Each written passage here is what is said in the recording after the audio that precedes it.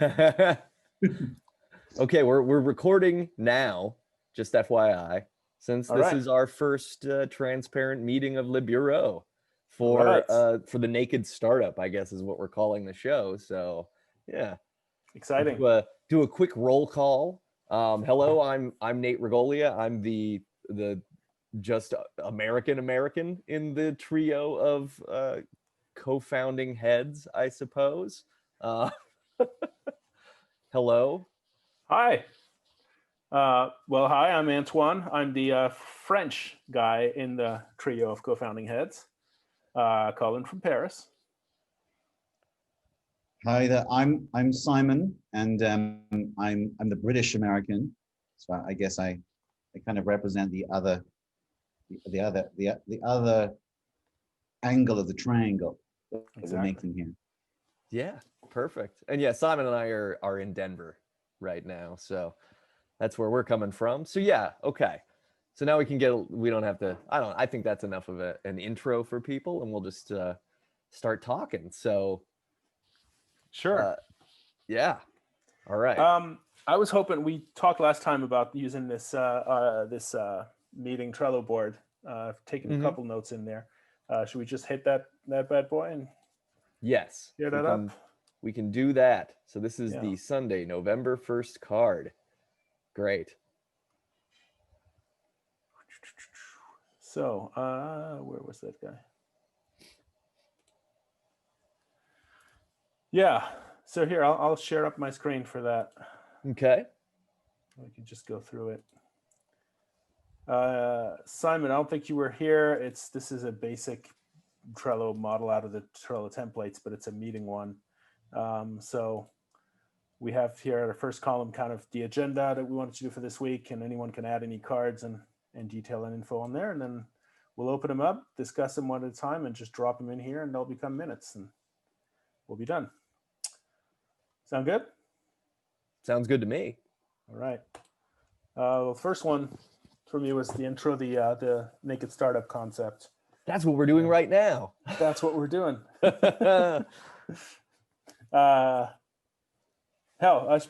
I'll get started with this. To me, the main point is that the idea is that we're going to launch a startup and anybody can see what we're doing. I had a great friend years ago in Denver who was an art director, a guy who founded an ad agency that got bought by the company I was with. So Peter had a saying as a designer. He said, "I'm like a dog. If I can do it, you can watch." And that's the concept for me. That might not be super appropriate anymore, but I mean, I think it's fair. We're doing this because we want to demystify some of this process, because part of the whole concept of what we're trying to do anyway is demystify the idea of creating a business and demystify collaboration and community across countries between American innovators and French workers and vice versa. So yeah, it makes sense. Like, yeah, watch us do this. We're gonna try. We're gonna see how far we get with this, and hopefully it'll be very far. But you'll get to see that we're just a handful of gents trying to do something with big aspirations. I think to change the world ultimately for the better, to improve the world, but also to improve the way that people work in everywhere. So yeah. But so this means we're putting everything out live. We're going to record all our meetings and live stream them as much as we can. It also means we're jumping ahead a little bit, but well, basically, yeah, the concept we ended up with is that we're going to be doing coaching and kind of consulting for various clients. And the idea is that we'll have a disclosure agreement, and if you sign it, then the consulting in many cases can be free, but it means every interaction we have with you, every email we have with you, every bit of coaching we do with your teams is blasted out to the internet and is public for everyone to see. On the other hand, if you require non-disclosure, which we think a lot of corporate clients might want to do, then we will simply name you as a client number X, and the consulting will remain private. Mm-hmm. The other idea is to really push the transparency farther, is to not just have edited, transcripts of what we do or edited video, but also that we make our financial statements public and freely viewable by anyone, ideally including every single penny that goes in or out. Yeah. So that there's no nothing hidden there. And obviously, the large reason why we do this is we'd love to get feedback from people, have their thoughts, and have more energy and more good ideas brought into the venture.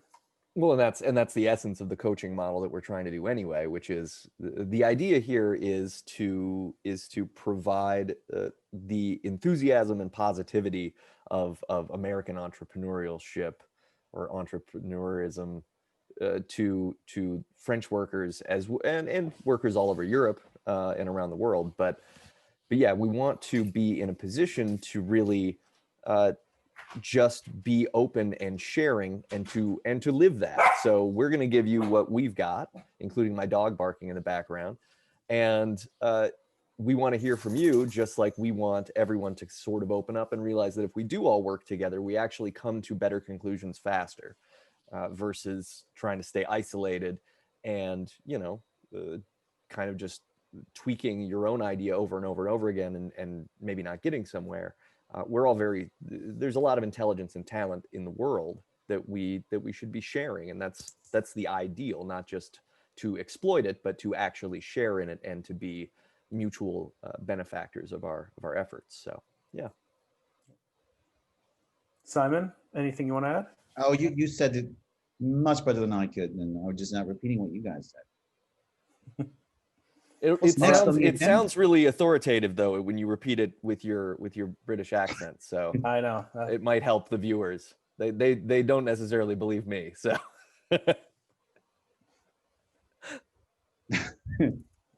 well, I'm sure it's not true. So well, maybe I'll add one thing, which is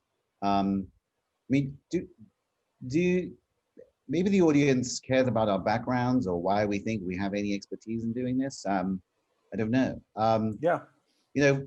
For myself, I have been in the kind of digital world of startups for 20 years. And starting with the startup scene in London, which was very difficult scene back in the 1990s, and we watched with envy as Americans were able to get funding for startups. And we seem to be in a world where you start to get bank loans for speculative ideas. Of course, never something that was something that anyone would do, or a lot of very stupid people. I guess I shouldn't call them stupid, as they would part with a lot of money, but there were a lot of people who wanted to get rich by joining, particularly the digital version of this particular movement, and most of those people lost their money, and most, including on ventures that I was part of. So I moved to the States to kind of get the, like moving to the Big Apple. If you're a movie star, Hollywood, you want to get the drink in the Kool-Aid or fused with the DNA that was producing all of this stuff. Honestly, I would say I was 10 years too late. I'm pretty old, but never late than never. It's never too late to learn how to fail strategically and understand that willingness to try and a certain level of hubris and certain level of really a lack of expertise in a lot of areas, combined with an environment which lets you take kind of controlled risks in a kind of in a way that helps you learn and build upon them, is worth probably more than most of what I had learned in my the hallowed halls of academia that I was from. Pretty much that was I learned more trying and failing and just jostling with adjacent ideas and people from different walks of life and backgrounds and edges of industries, and the kind of the mosh pit of figuring stuff out in that environment, the serendipity that came from that, the luck that was sort of generated by doing that, was more powerful than anything that I'd ever seen produced in Britain and in London while I was there. And is that, I think, the thing that makes American entrepreneurship special, and if it can be exported or coached or injected, which is the experiment here that we're running, that would be a pretty amazing thing to be able to contribute to any company that needs to take, needs to innovate, needs to take controlled risks to succeed. That's fantastic, Simon. This is exactly actually what I needed for the next agenda item. So I'm going to move this one over, and we're getting into this. Look at that! You already answered it. Oh yeah, sorry, I should have read the agenda. No, it's fine. Hey, you know what? You succeeded forward instead of failing forward on this one, so that's great. This is how a good meeting works. It's just going to flow like water. It doesn't have to be waiting for your turn to come up, because waiting for turns is one of the things we're trying to discuss as being a negative that maybe American ideology is positive about, which is you don't wait for your turn. You just say, hey, I have an idea. Can I try it? And then you just try it, which is something that I'm good at. I don't know that I can call myself a serial entrepreneur, but I'm at least a serial project creator. I've done a lot of literary work. I have a small science fiction publishing company.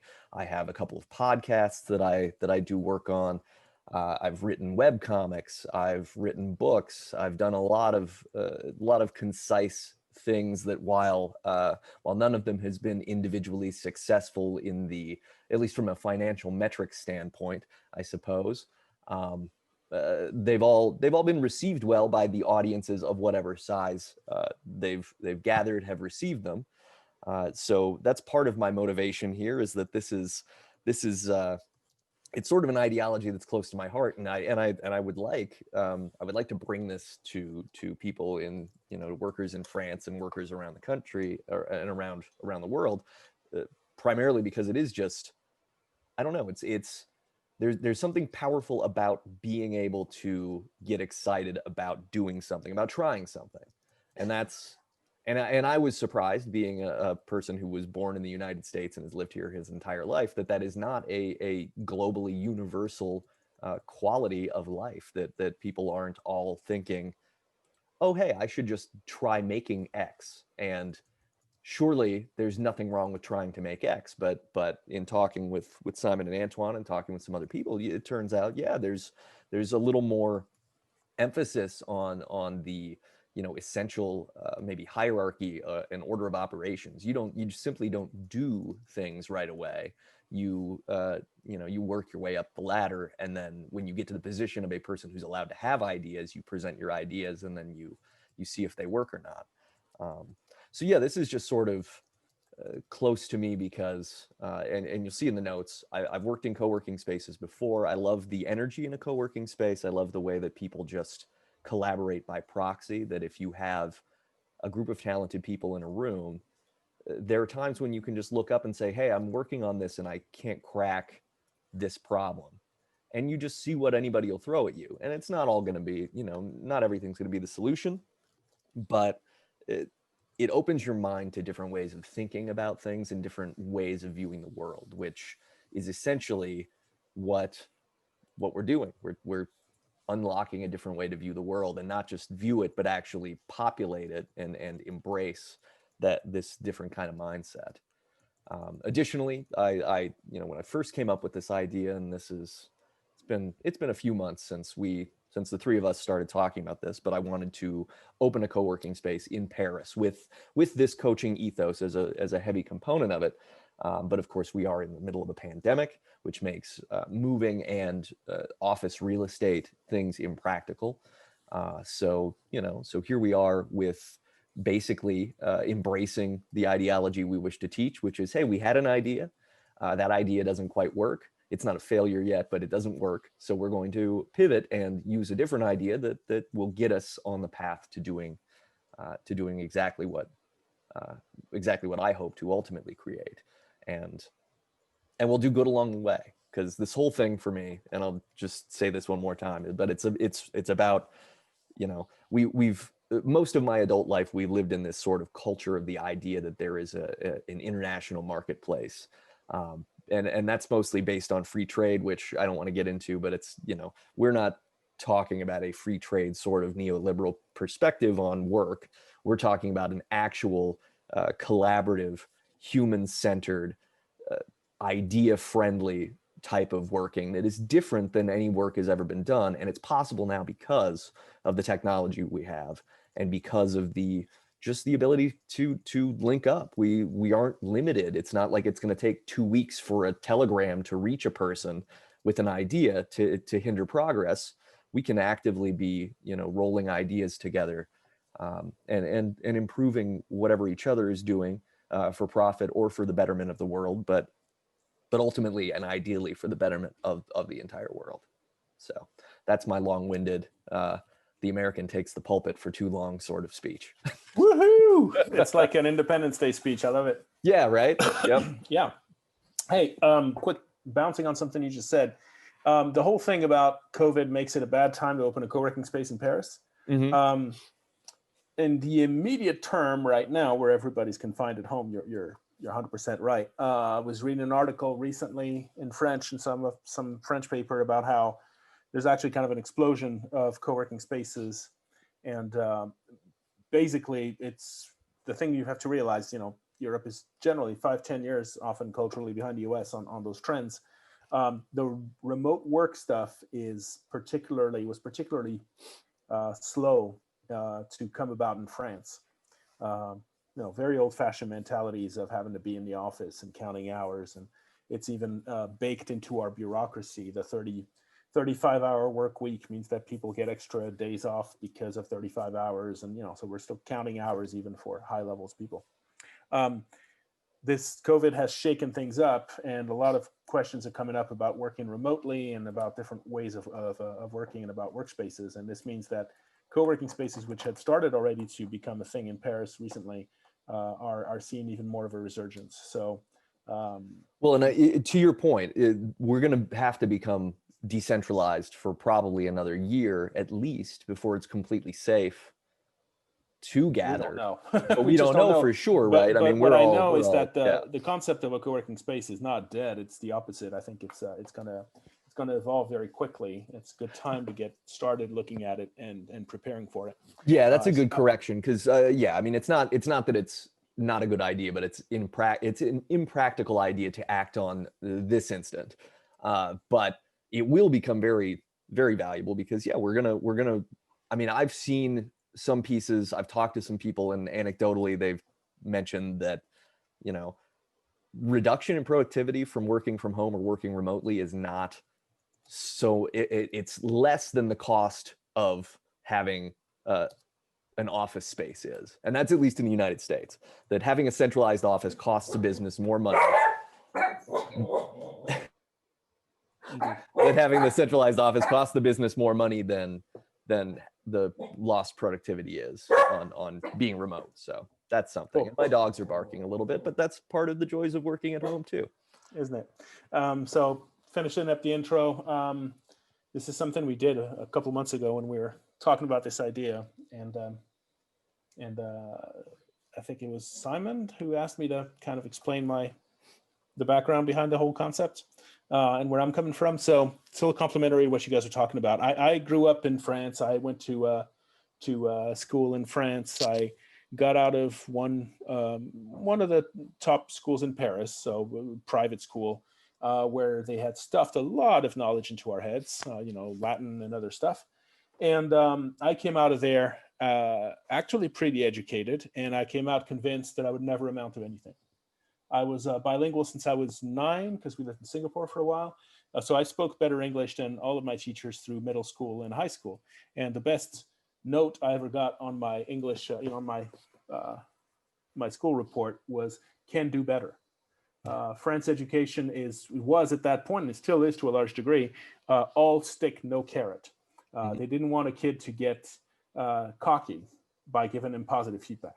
So it was all negative feedback or the absence of negativity or, not bad, the French version of awesome. So came out of France with zero self-confidence. We got to the US when I was 18. I started going to college there. I was surprised, but, immediately got put in some an English class. They put me in honors English, just arriving in the US that same month. But I noticed that I was among people in college in the US who were probably less educated than me in terms of number of things they knew or depth of the studies they'd made.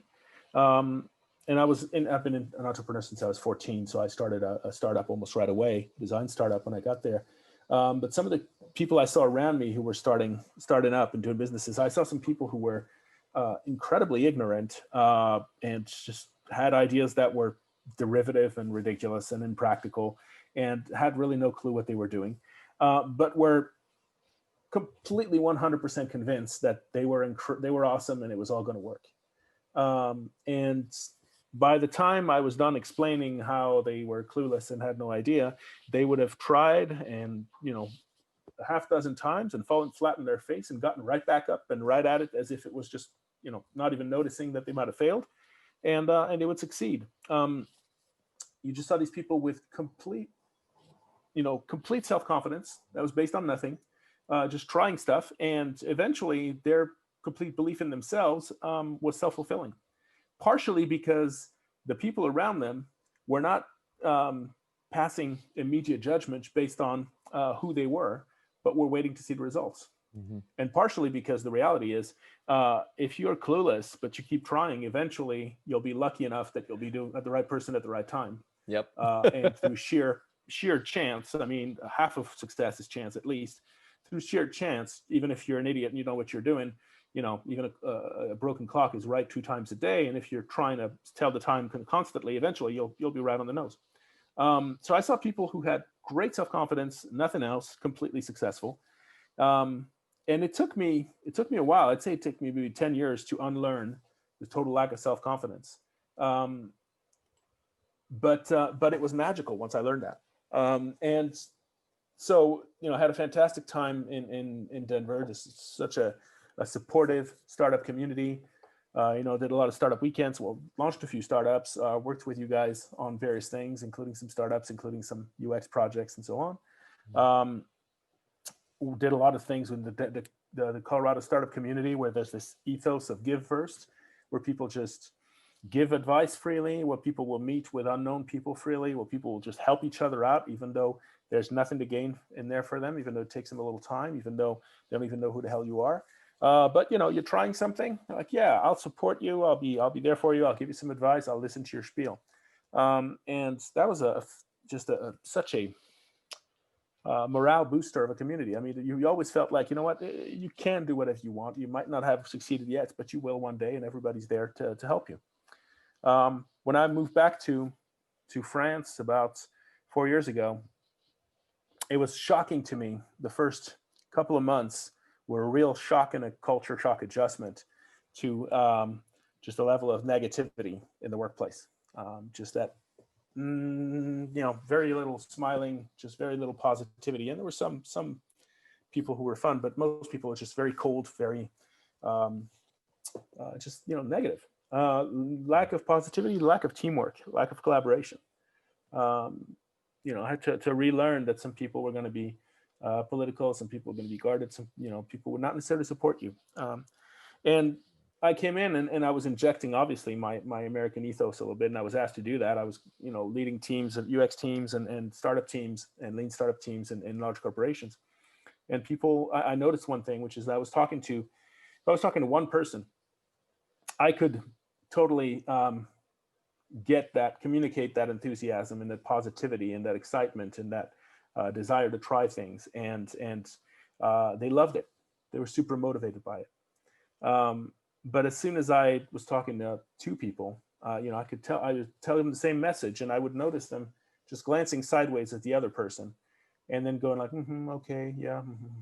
They wouldn't allow themselves to be enthusiastic, to believe in themselves, to want to take chances if they were in front of one of their peers, because you'd look like an American, you'd look like an imbecile. Being happy is a sign of stupidity. Being right. Being depressed is a sign of intelligence, and also generally didn't want to appear American. So my take is we really need. I think there's a problem of critical mass. I think you need to be around enough people who are positive and enthusiastic, or you need to be isolated from the mainstream culture of negativity and self-doubt to get to the point where you can be liberated to believe in yourself. and to think maybe you can get things done, to believe in ideas, to support others, even though there's nothing in there for you, to not feel, to get out of a zero-sum game type of thinking about entrepreneurialism. Right. And so for me, that's the point of Le Bureau Americain, of what we're trying to do. I mean, the idea for me when you came to me with this idea of a co-working space was like, can we have half the people there, at least half the people there, be North Americans, Americans, Canadians, Mexicans, those kinds of people who are just positive and know what teamwork means. And, and we're going to have this attitude that I miss personally so much. And that I love to be able to transmit to the people in France who are, even though they're not positive and they might not be great at teamwork, who are so educated, who are so smart, who love to come up with intelligent problems, who are generally extremely kind-hearted. I mean, the heart is in the right place in terms of wanting to change the world, into a better place. They don't believe they can do it, but the way they're sad about not being able to do it tells you how much they would like to, and who have so much to contribute, probably to a new way of seeing technology that is connected to culture. That's the one thing that's missing out of Silicon Valley, is a connection to culture and to deeply understanding what humanity needs. Leads us to some of the abominations that we have with social media today, for instance. So I think it's important that all of this technology has behind it other cultures than purely the Silicon Valley one, which is unfortunately really shallow in terms of its understanding of what would make the world a better place. Oh, sure. I mean, I think it was initially very ambitious, but has over time listened more to the failings of sort of American ideology around unfettered capitalism and making money no matter what. So that's part of it. But I wanted to add to your point. Positivity, I think, for us, for Le Bureau Americain, is not it's not just boundless, endless positivity. It's not positivity culture either, which is sort of a thing on the internet that a lot of people bicker about, because it's not about saying, okay, I'm just going to be happy no matter what. I'm going to think my way past being unhappy, or even foolishly failing to acknowledge the parts of reality that are desperately terrible, because there are many, and there's nothing wrong with knowing that. I'm for being a very positive and enthusiastic person, I am also very cynically aware of the failings of the United States of America, and failings just that humanity creates all the time, and how we have a lot of flaws. I think the main thing here is really being able to embrace it in it's perhaps a foolish kind of positivity, in that it's saying, hey, I can create something better. I do have good ideas, and those ideas are worth pursuing. And a lot of times those ideas, that positivity, will be in response to recognizing a great and desperate negativity, right? If you see how flawed the world is, and you want to fix it, and you try to fix it, and try and try and fail and fail and try and try and try until you get somewhere, that's what we're kind of talking about. Yeah. Well said. Thank you. All right. So that's what we're trying to do. Yeah. And I think we can do it. And if you're watching this video, I hope that you'll comment and let us know if you think that we're stupid for doing it, and tell us why. And if you think that we're smart, tell us why. And if you have any people or ideas of your own that you want to share with us, sling them our way, because we want to know. That's what this is about. What's our next agenda item? All right. We're good on this? I think, Simon, did you have anything to add? No, just some half-baked thoughts that probably not ready to come out yet. Great. Okay. Well, yeah, bake them into a card. There's something in what we're doing that's actually, I don't want to give the impression that we're just trying to clone Silicon Valley. You alluded to that. Because there's one thing, Silicon Valley does an amazing job of combining capitalism, capital, risk, and entrepreneurship.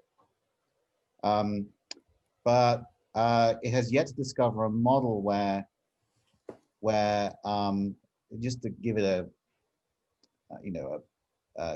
boring phrase like non-profit, kind of social good type of objectives, public service, public goods. No one has really found a way to energize that domain with the level of creativity and kind of framework and support for sort of failure-driven success. And the three of us are all very interested in that, and kind of finding what the missing ingredient is and discovering that. And I feel like this enterprise that we're working on that's one of the things we're trying to discover ourselves. Yeah. Good. Yeah, very well said. Because sure. It is something new that is that doesn't exist yet, that we're seeking to. That's why it's not the American office; it's le Bureau Americain. Yeah. We'd like to leverage this this attitude, this mentality, this this orientation, along with all of the good parts that we have here in Europe, which is this culture, this rich cultural background, and this deep. And this is where, Simon, you're the spokesperson for that. This deep, philosophical lineage that has a bit of a clue as to where things should go for humanity to do better, and not just the way, how to make more money. As much as making money is can be the lifeblood of it, but it doesn't have to be the goal. Cool. So next agenda items we talked about. Nate, did you get a chance to put together a coaches board? Yes, there is a coaches board. You should be able to see it, I think. I should be able to see it. Yeah, it's Team Visible. Roster of Coaches is the board title, so if you want to bring that up.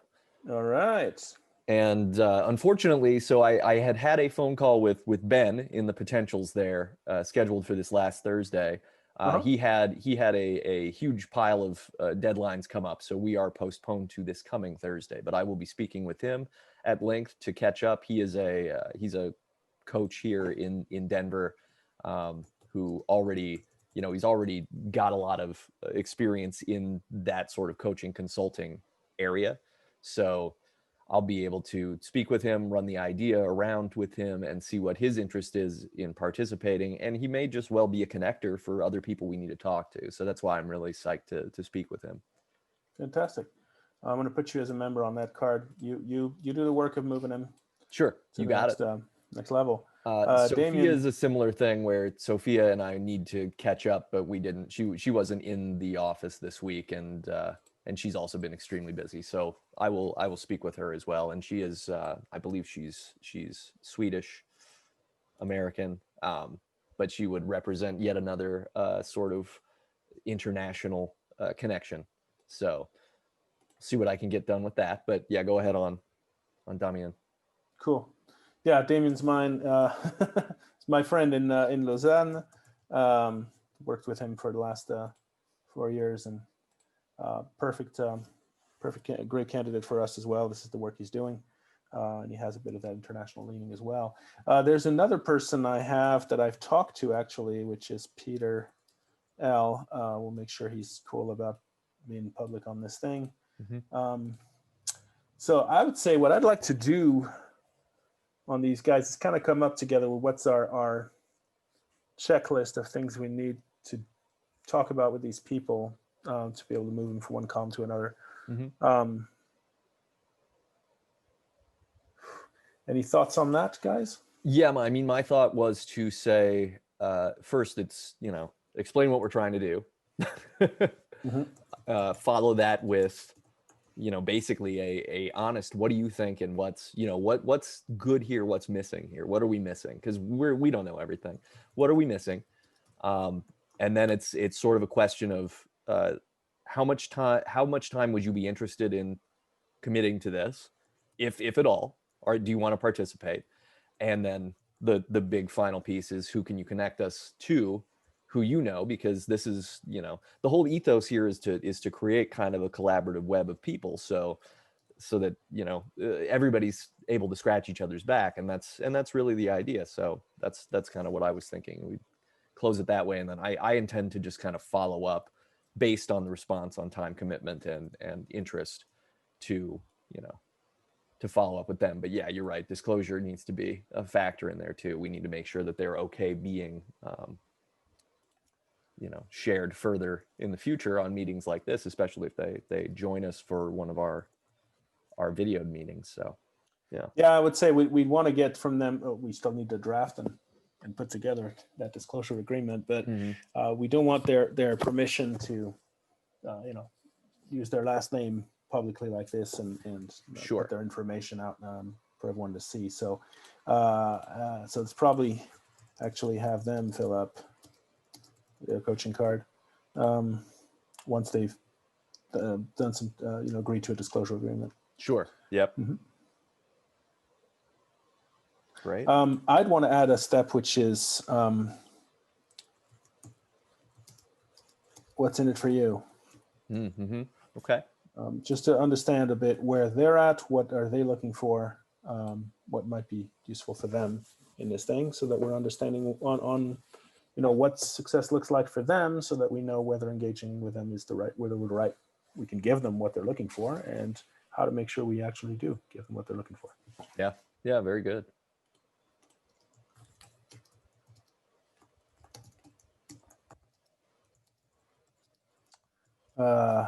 Starting to feel that this question is getting a little bit overdone, but it's but I mean, effective. It's honest, cliches become cliches for a reason, I guess. Yep. Simon, do you see anything else? Do you have any thoughts? Yeah, this looks good. Yeah. Cool. So if we have this, I'd like to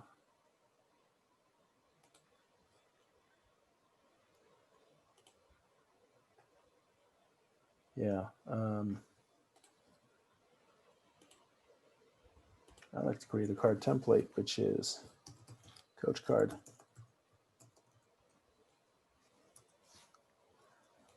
And on this coach card,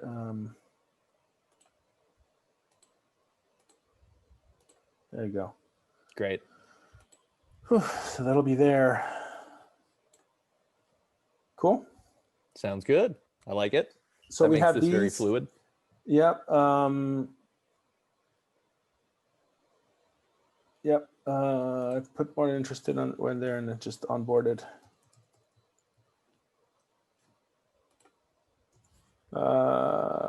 There's probably be good to have a column called catch up later. And do not disturb.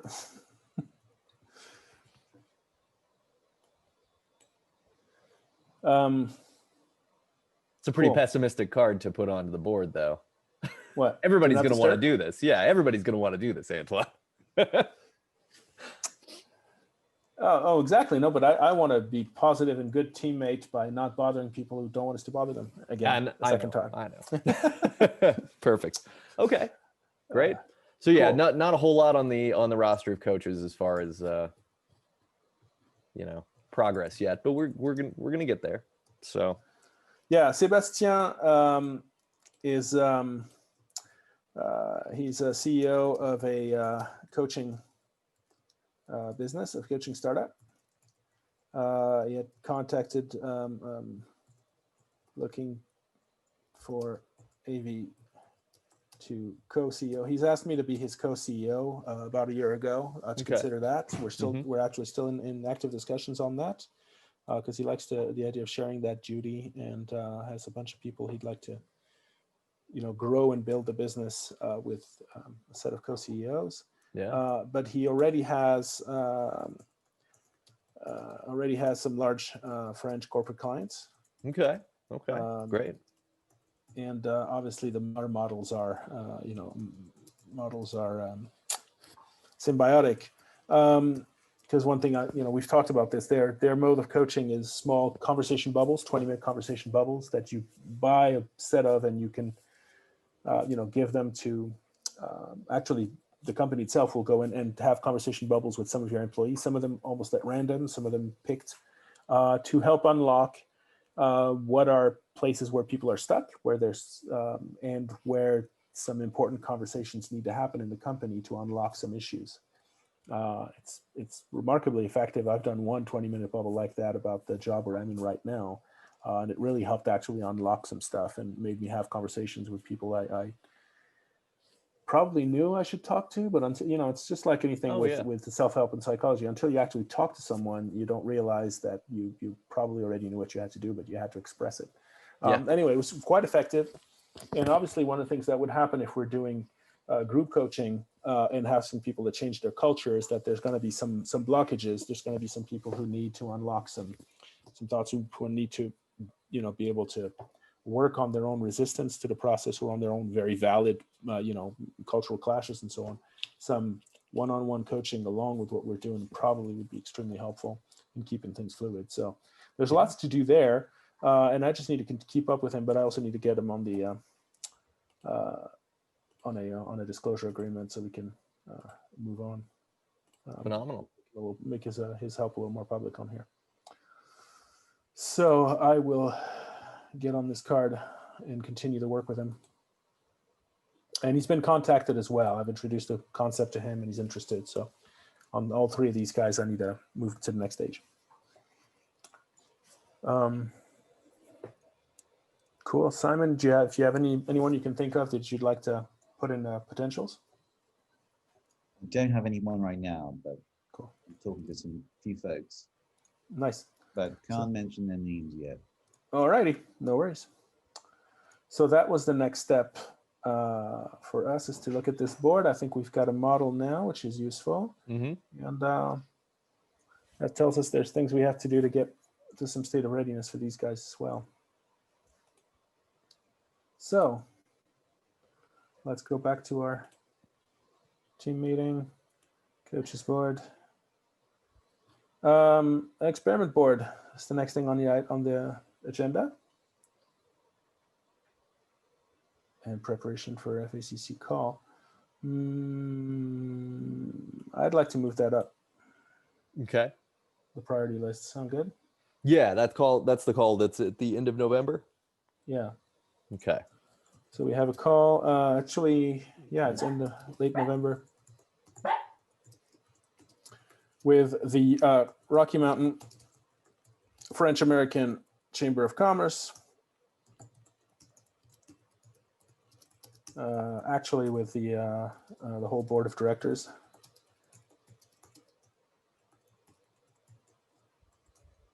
And yeah, so. Anton, what is that? Good question.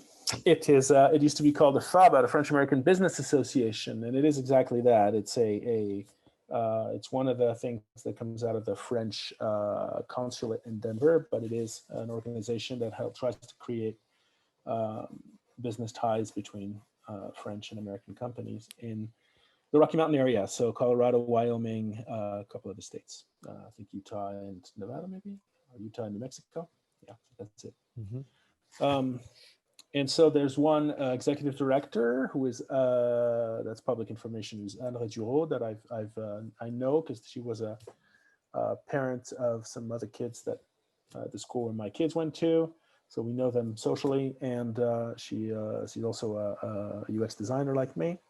And then there's a bunch of people on the board of directors. I knew one of the guys who was there, but a bunch of them have connected with me on LinkedIn now because the whole board of directors will be there. Apart from the executive director and the board of directors, there's not necessarily other staff in there. So it's a pretty small organization, but they do work on events to create those ties between French and American businesses. They have right now, I think, or it just happened, or it's happening next week, their annual Beaujolais Nouveau event. The new Beaujolais comes out, and that's an occasion to have a wine tasting and also bring businesses together, local French, call Rocky Mountain French businesses and other people who want to do business with France and so on. So in that sense, any French entrepreneurs in Colorado that we might want to work with, they're going to be connected to the FACC. So they can, put us in touch with a lot of French entrepreneurs in Colorado. So on the local basis, we were looking for, one of the things we've been looking for is testimonials from French entrepreneurs in the U.S. There could be some things there, and basically, Franco-American businesses, also businesses looking to do business in France.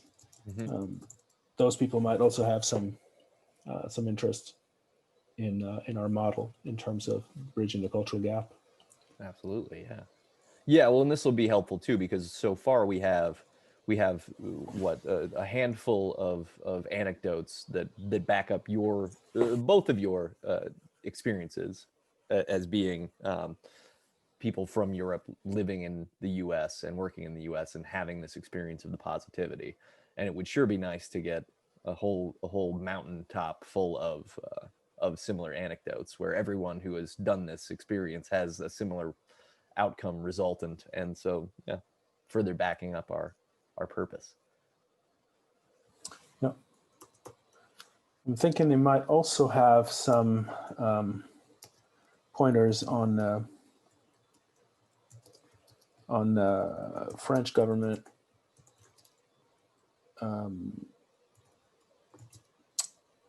what do I call it?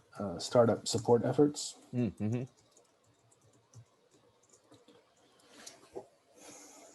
But roughly that's it. So what are we thinking about for an agenda for these guys?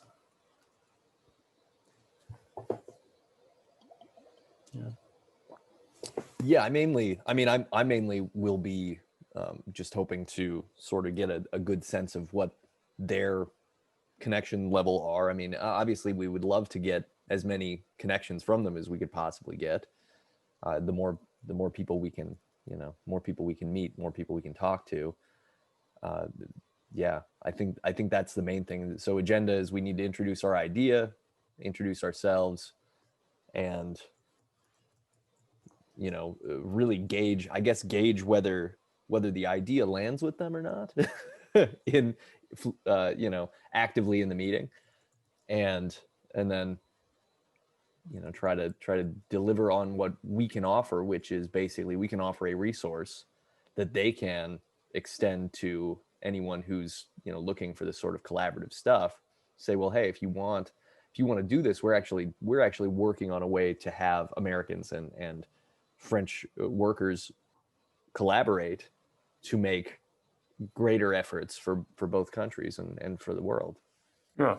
I'm thinking of specifically two immediate initiatives. One of them is a series of articles, posts, whatever it might be, but basically this is, on testimonials. Mm-hmm. And that's to push our theme in terms of can they connect us to some French entrepreneurs in Colorado who can talk about their relationship to what has America done for them in terms of self-confidence, in terms of positivity, in terms of collaboration. How is it different here than there? Why is it easier to be an entrepreneur in the US? Or what's that? How do they define that secret sauce? And let's hear much more voices there. One, to actually find out if we're a fluke and we're wrong, right. But also actually to be able to have more weight behind that message. So that's one thing. The second thing is recruiting coaches. I mean, are there some of those French entrepreneurs in Rocky Mountain area who would like to help French companies who are looking for that positivity? I mean, the coaches don't need to be American. It might help actually that there be some French coaches who have the American thinking, who can help in that sense. So possibly also making a joint message out to their membership saying we're looking for people who want to provide that service. Yeah, agreed. Yeah, the signal boost and just that value, because you're right. I mean, there's not it's not likely that me or any other individual American walking in saying, okay, people of France, you don't know how to do business, right? That's not going to work. So got to mix it together. Yeah. I see that as kind of the two initiatives we could get moving. Anything else I'm not thinking about? Yeah, I'm not sure. Simon, you got anything? I have some old-fashioned thinking about what are our services that are for sale. So maybe in a future meeting, we should try to put some outline structure around our repertoire. I know that we want to keep a high level of kind of improvisation fits the situation as we go through kind of problem and solution discovery, which is sort of what we're doing. So I know we have a lot of ideas in mind, but I know probably just my own desire to think about what materials I might like to draw on or develop or adapt, or if that's not the right thing to do. I have worked on consulting startups a few times in my life, and some of them with the more of the kind of British mindset, and some of them with the more American. And I think with the more American consulting firms, startups, it was you get the client, the tiger by the tail, and you kind of, it sucks the services out of you as you try to figure out what to put on an SOW that people will pay you for. Yeah. But on the other hand, is like spend a very long time trying to come up with a sort of a syllabus of services, which I think is totally the wrong thing to do. But I wouldn't mind a little more structure than we have currently. Yeah, I think it's a nice thing to say, hey, we're going to be able to coach you to help you be positive and collaborative. And then people go, okay, what does that look like? You need to be able to answer that question.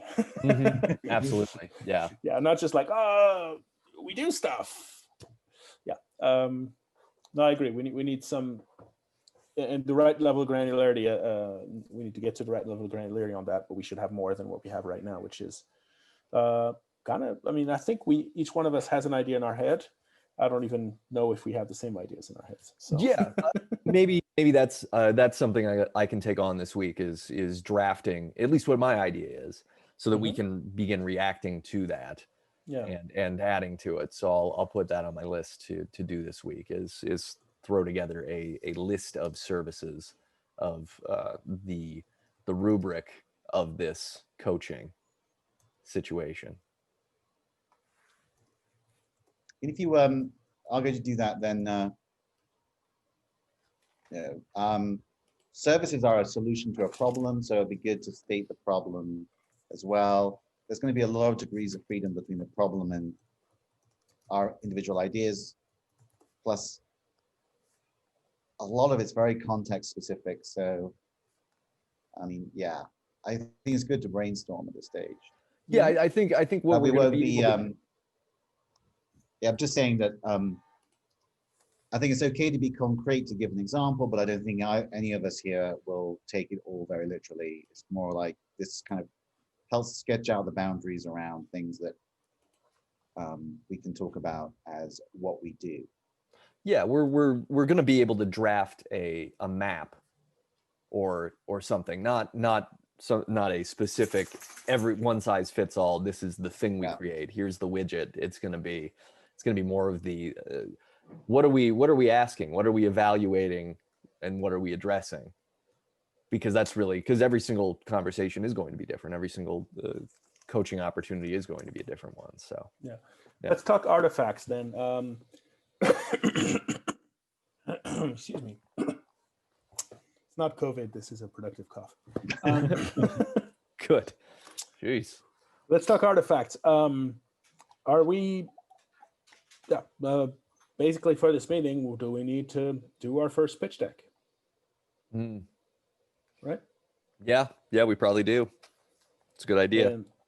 And how do we want to do this? Do we want to just in raw terms? Do we do this as a traditional startup pitch deck? Google Slides and slap something together? Or do we have some desires to do something different? I always like starting with an outline before I go to slides. Just slides that impose premature formatting on my thoughts. I would agree with that. It has a similarly premature effect on the quality of the thoughts that end up in slide. So okay. So let's. But a structure outline would be good if someone can really propose anything at all to start with. I think, and then we can iterate. Sounds good.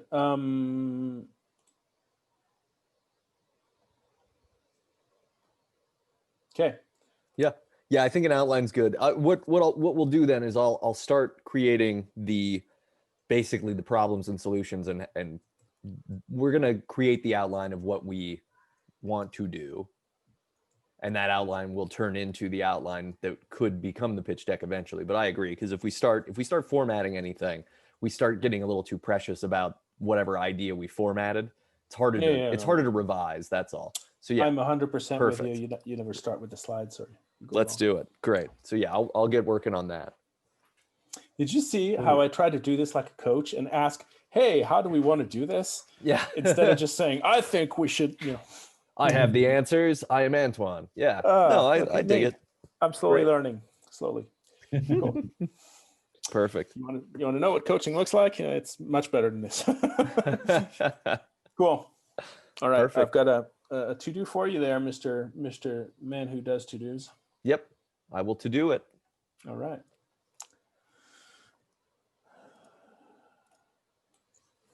Community connections and resources. I don't even remember what we meant by that card. I think that was just other people within the startup community that we know and who they might connect us to, which we probably covered. The FACC call is sort of the first level of that. I know that we have that email out with Craig, and I don't know if you had a chance to follow up with him at all. I never heard back from him from the but I think I want to spring. But I think I want to spring for the service that he proposed and get that info. It's very co-working space oriented. Mm-hmm. So in that sense, like we said, it might be a bit premature for us to go through that. Sure, yeah. At the same time, the guy's a fountain of knowledge on that in that field. He's done it, and he's done it well. I was quite impressed by the way he did it. And I'm kind of thinking I'd like us to do it now, because like we said, we also need to keep an eye on what's going on in the co-working marketplace, and the plan is still to turn this into a space eventually. Mm-hmm. So, what do you think, Nate? Do we do this now? Do we do it later? I think we can do it later. I think we've got a good pile of stuff for the first meeting, and we'll have probably better conclusions and know better what to do when we've learned a little bit more.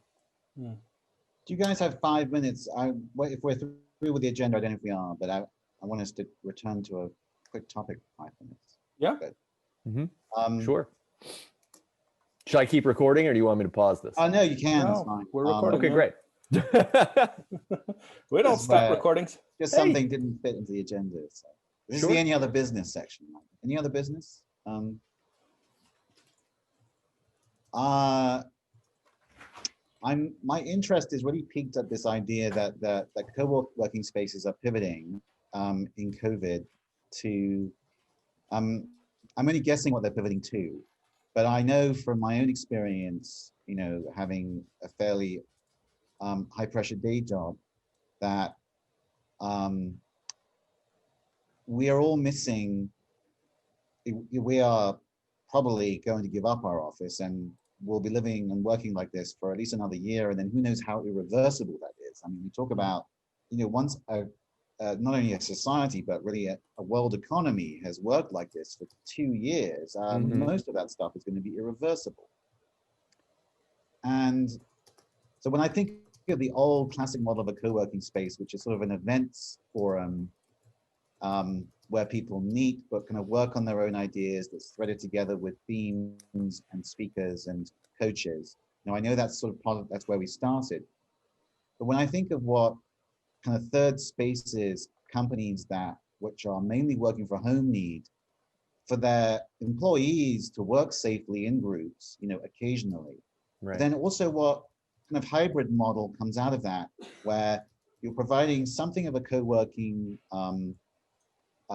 solution for companies that are just going about their business, but it's a space that didn't exist before to inject this kind of coaching and facilitation. It's like a platform for coaching and facilitation that never existed before. And maybe what I'm saying doesn't amount to any difference at all from your original idea, but it seems like it is that one, there is there's going to be an enormous amount of demand for that. But I don't believe I ever really appreciated how the coaching model can be leveraged by a co-working space to solve companies. It's kind of supplementary needs for in-presence working under the current climate. So I say it's not a very well thought out idea, but it's definitely a difference there that sounds exciting and possible. There's something there that I've noticed, which is that there's lots of companies. When I was in Switzerland, one of the things I facilitated or coached a couple times were some team retreats, a team that's working together all year long, but in order to decide what their objectives are for next year, or in order to learn some new skills as a team, or in order to learn, for instance, design thinking methodology as a team, they knew they had to go out of the office and far enough away from the office that they would spend a whole day in a retreat in some hotel room. And you couldn't do that at the office, because if you did a meeting at the office, half the people wouldn't show because they're like, oh, I've got a busy thing I've got to finish today. So you had to literally physically rip them out of the space so they could pay attention. Right. People can't pay attention at the office. And people can't pay attention as a group in the office. They can do their status meetings, perhaps, where you don't have to pay attention because it's written somewhere else. They can do, regular meetings where a couple of people are arguing and the others are checking emails. They can do all these meetings where, unless you're the person talking, you're not paying attention. That's what happens in the office. And there's, for a lot of people, that's their whole day, is meetings where they'll be doing emails instead of listening. And that's, the office had become a toxic place, the place where collaboration is impossible, because they're all on top of each other all day long and they're all meeting all day long, but they're not actually, you can't actually focus on anything at the office. One thing that's come through strongly, a lot of people have been saying that the office is the place you go to not get any work done, because most people I know that I've talked to who are, in our developer design, so developers are the ones who put on headphones at the office all day so they can do their code. Right. And even then it's hard. And you kind of learn to leave them alone. But for designers, for a lot of people, the place where you actually get work done is in the train back and forth to the office. It's at home, it's on weekends, it's at nights, because at the office, you can't get anything done. It's distraction-filled place. So this relationship between productivity and these third spaces, very interesting. Yeah. I think when you look at working remotely, what you end up having people who are quite productive. There certainly, I'm sure most people are putting in less than 8 hours of productive work a day, but they didn't at the office either. At the office, sometimes it was 0 productive work a day. Because you're getting there and then you're getting your coffee and then you're having the status meeting and then you try to sit down and do some work and there's emails to respond to, and then there's people joking and join you hadn't seen. So have to ask everyone, how was your weekend? And there's conversations and there's things, and then another meeting, and then there's lunch. You got to go to lunch and you got to eat your lunch and so on. Chat with colleagues, and maybe some work will get done. Some collaboration will get done over lunch, and then you have to go back into another meeting, and then you're answering more emails. And anyway, the whole day goes by. You haven't actually done anything productive. At home, people have time alone to do productive stuff. So that's fantastic. The thing that's hard to do on remote, although not impossible, but that's harder, is those times when you go, let's get the whole team together and agree together on changing the way we work. Right. Yeah. Or agree together on strategic objectives, or, fuck around on the whiteboard to come up with what it is we need to do next. That's harder to facilitate remotely. And definitely a place to do that, a place to do this. Because what happens with remote is you realize that you don't need to be around people all day long every day. You need maybe every month or every 3 months for everyone to get together to reconnect, create more trust, do some very focused team building type of stuff, and very focused objectives and strategy, and getting together around the important stuff for a day or two. And then everyone can go their own way and work hard for 3 months and seeing each other on video. Yeah. But from time to time, you need to create that trust space. So the meeting spaces and spaces to have productive workshops and meetings, that's definitely exploding and blowing up. Okay. Thank you, Antoine. That was very interesting.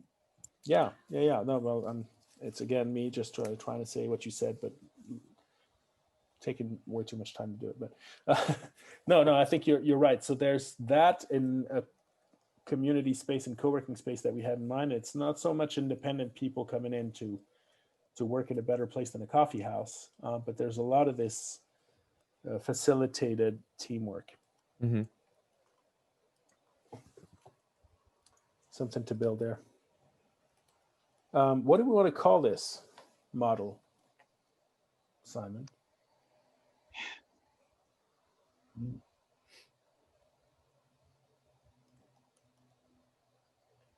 It's a hybrid. I don't know what it is. Cool.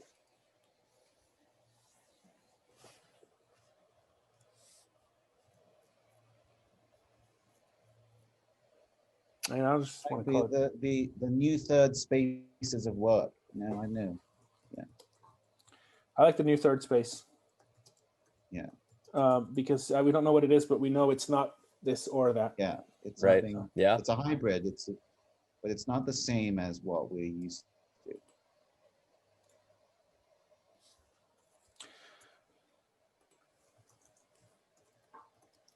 So let's define the characteristics of that.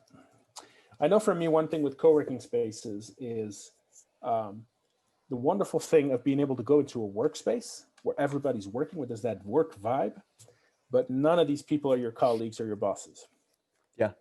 That's wonderful, because you Yeah. get everything you need, the vibe, the chit chat and all that, but none of them It's like are the bazaar, it's like the cathedral versus the bazaar. You know, it's the energy of the bazaar in the workplace. Yeah, we're all independents here. I mean, or my boss isn't here, so I'm free. We can have discussions. You don't have to worry about your political relationship with these people. There's no politics. Yeah. Sure. Yeah. You have yeah, like you said, the political relationship thing. You also have a direct and individual control over how you work, and you get the opportunity to be around a bunch of other people who have that exact same level of freedom about how they're working throughout the day. Yeah. I mean, deadlines aside, of course, but I mean, you're not. It's not like a traditional office job where, hey, we all have to punch in and we all do all these things on this schedule. Everyone's floating around and doing what they're doing. So you have the luxury of self-determination, I suppose, in a way that you might not in an office. But you also, like you said, you have the opportunity to be curious about what other people are doing without it appearing to be sniping for their position or trying to take their project away from them or any of that, right? You're not, you can collaborate without it seeming fishy or ill-motivated, because you're all, you all have your own thing that you'll succeed at. And so anything you contribute is, free, and it's outside the bounds of whatever intra-office competition might exist. Okay.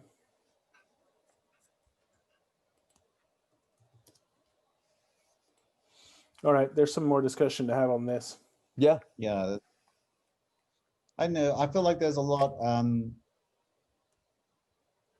When I worked in the online dating space and and digital messaging, I studied a lot of the alienating effects of digital media. I feel like I need to bring that back into my mind and apply it to our work situation, because a lot of it was relevant to the situation we are now.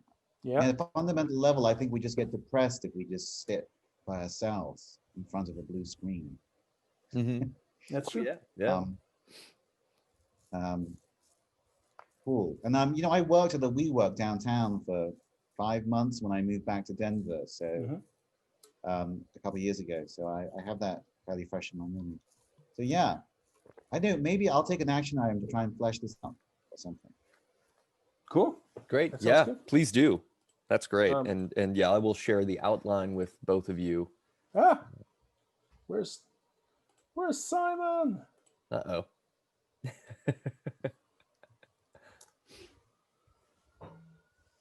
Hope it's this one.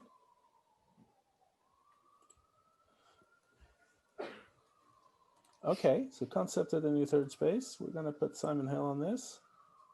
hope it's you. Yeah. And I don't even know whether that is me. Hang on a second. yeah, who is this? I am my Trello account. I have BAM experiments. I guess that's the only board you've invited to me. No, I'm not that Simon Hill.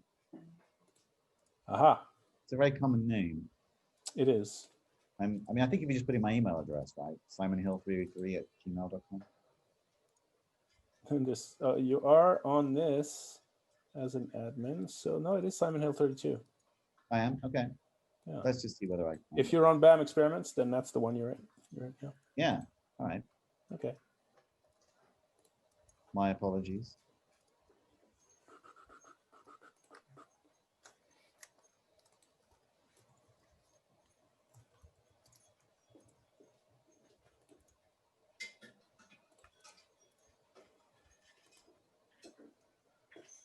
Cool. All right. All right. So,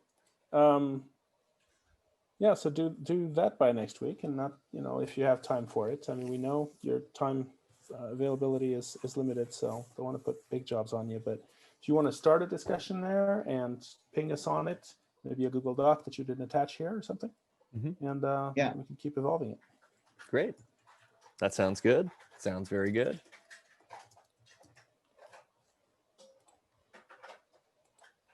And the purposes there, the objectives behind this.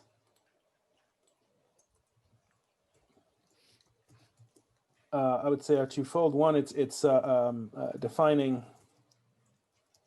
our service model, our service offering for physical space, and that we have time for. We're not in a hurry. But another one also is